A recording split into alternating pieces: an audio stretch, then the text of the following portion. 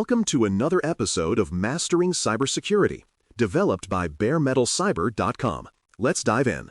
Chain of custody is sometimes treated as paperwork that begins after the important technical work is finished. That misunderstanding creates a serious problem because the record is part of what makes evidence trustworthy.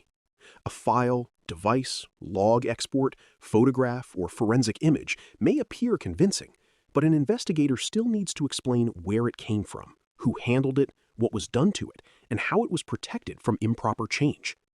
The practical question is not only whether the evidence contains useful information. The question is whether another person can follow its history from collection through examination and reasonably trust that the item being discussed is the same item that was originally obtained. By the end of this episode, you should be able to explain what chain of custody records, why gaps weaken confidence, and how careful handling supports defensible investigative conclusions. Chain of custody is the documented history of how evidence was collected, identified, transferred, stored, examined, and protected. It connects the original item to every authorized person and action that followed. The central distinction is that evidence integrity describes whether the evidence remained complete and unaltered in an improper way, while chain of custody describes the record used to demonstrate how that integrity was maintained. The chain does not prove that every interpretation of the evidence is correct. It shows that the organization used controlled handling and can account for the evidence throughout its life. Investigators often confuse possession with custody, but simply knowing where an item is located is not enough. A reliable record must also explain who had responsibility for it, when that responsibility changed, why access occurred, and what safeguards were applied. The chain begins when evidence is recognized and collected, not when it reaches a laboratory or evidence room. At collection, the investigator records enough information to distinguish the item from every other item. That record commonly includes a unique identifier, the date and time, the location or source, the name of the collector, the condition of the item, and the method used to obtain it.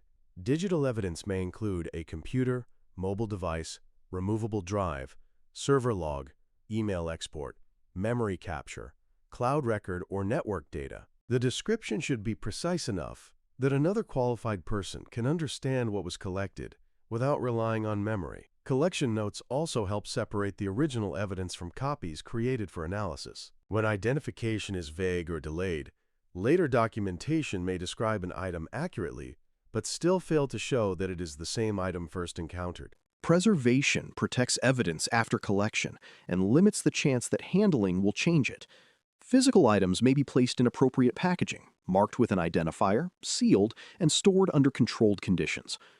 Digital evidence often requires additional care because opening a file, starting a device, connecting storage, or running an examination tool can alter metadata or system state. Investigators therefore try to preserve the original and conduct analysis on a verified working copy when the circumstances allow it. A forensic image can capture the contents of storage in a controlled form, while write protection measures can reduce the chance of accidental modification during acquisition. Preservation does not mean that no changes will ever occur anywhere in the process. It means that expected changes are controlled and documented, while unauthorized or unexplained changes are prevented or detected. Every transfer of evidence creates a point where responsibility changes, so each handoff must be recorded.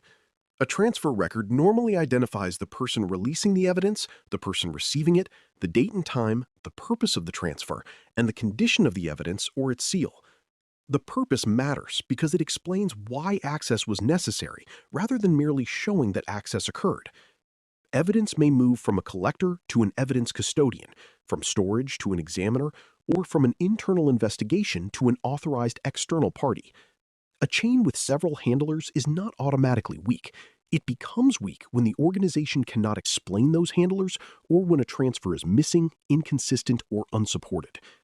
Good documentation allows another reviewer to reconstruct possession and responsibility without guessing, contacting every participant, or depending on informal messages.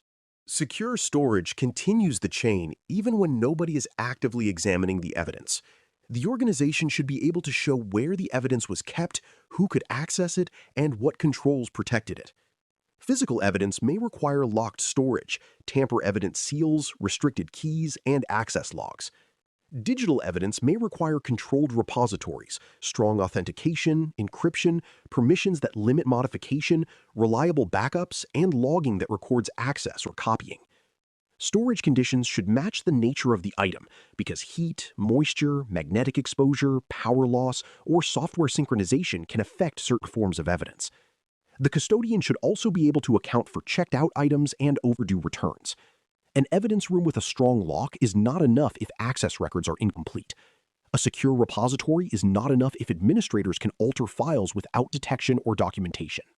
Examination must be documented because analysis can create new files, change working copies, generate reports, and expose evidence to additional people or tools. An examiner should identify the item or verified copy used, the date of examination, the methods applied, and the outputs produced. Tool names, versions, settings, and significant actions may be important when they affect how results were generated or interpreted. The original evidence should remain protected whenever possible, while examination occurs on a controlled copy whose relationship to the original can be demonstrated. Notes should distinguish observations from conclusions, so another reviewer can see what the evidence contained and how the examiner interpreted it.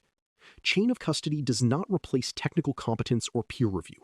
It gives those activities a traceable foundation by showing that the material examined was properly identified, preserved, and accounted for. Before we continue, this episode is brought to you by the Bare Metal Cyber Academy. The Academy provides a place for people who want to continue developing practical cybersecurity knowledge through clear, structured education. Topics such as evidence handling become more useful when you understand both the technical process and the professional responsibility behind it. You can visit baremetalcyber.com to explore the Academy and see the learning opportunities currently available. The goal is to help you build knowledge that can be applied carefully in real security work, without exaggerated promises or shortcuts. Now, let's return to how investigators demonstrate that digital evidence remained trustworthy throughout collection, transfer, storage, and examination. Cryptographic hashes are often used to support the integrity portion of a digital chain of custody. A hash function produces a fixed-length value based on the contents of a file, disk image, or other digital object. If the contents change, the resulting value will usually change, which allows an examiner to compare a later copy with the value recorded during acquisition. Matching values provide strong evidence that the compared data is unchanged at the bit level. A hash does not by itself prove who collected the data, whether the collection was authorized, or whether the item was already altered before the first value was calculated. It also does not explain every action taken between two comparisons. The hash becomes most useful when it is created at a documented point, preserved with the case record, and connected to controlled handling throughout the rest of the chain. Chain of custody is related to provenance, audit trails, and evidence authentication, but the terms are not interchangeable. Provenance describes the origin and history of an item or dataset, often across systems and transformations. An audit trail records events or actions within a system, such as access, modification, export, or deletion. Authentication, in an evidentiary sense, concerns whether an item is what a person claims it to be. Chain of custody uses elements of all three ideas, but it focuses specifically on accountable handling from collection through final disposition or presentation. It is also different from confidentiality. Evidence can remain confidential yet be altered, or remain unchanged while being viewed by someone who was not authorized. A sound process considers confidentiality, integrity, access, provenance, and accountability together without treating any one control as a complete substitute for the others. Several common misunderstandings make chain of custody seem either stronger or weaker than it really is. One mistake is assuming that a signed form guarantees the evidence is genuine.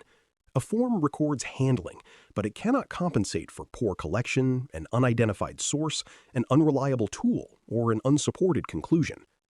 Another mistake is assuming that any clerical error automatically destroys the value of the evidence.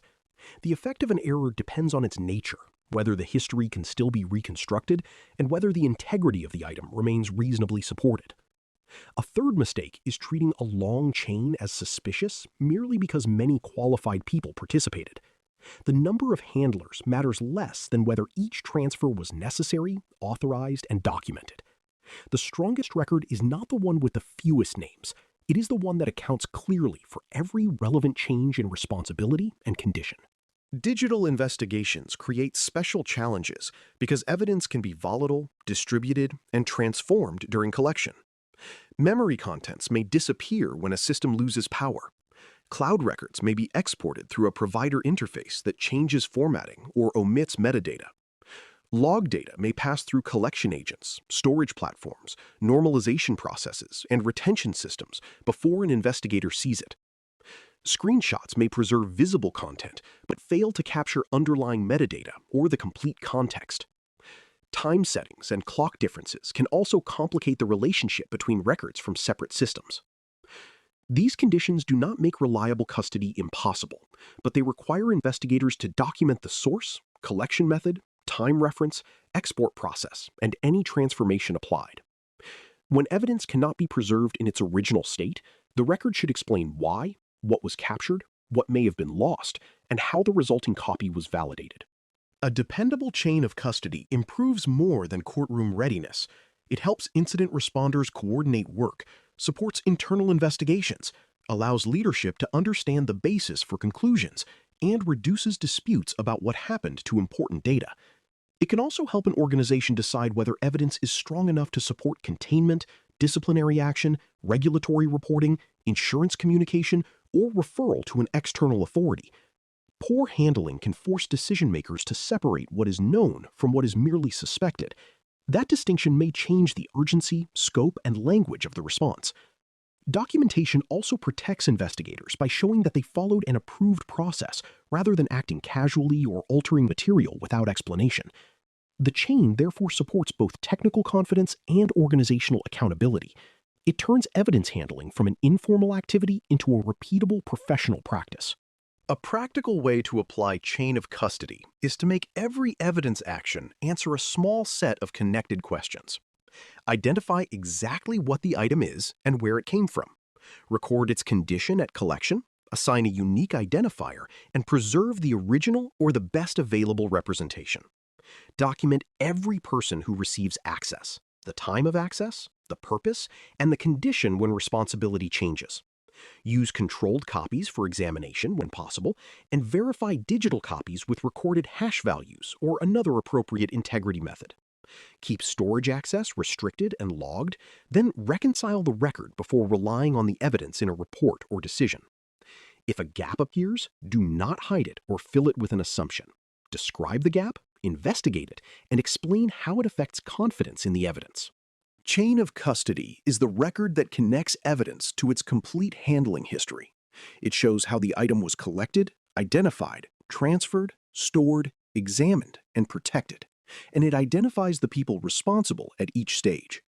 Investigators document those details so another person can evaluate whether the evidence remained the same item and whether any changes were authorized, expected, and traceable.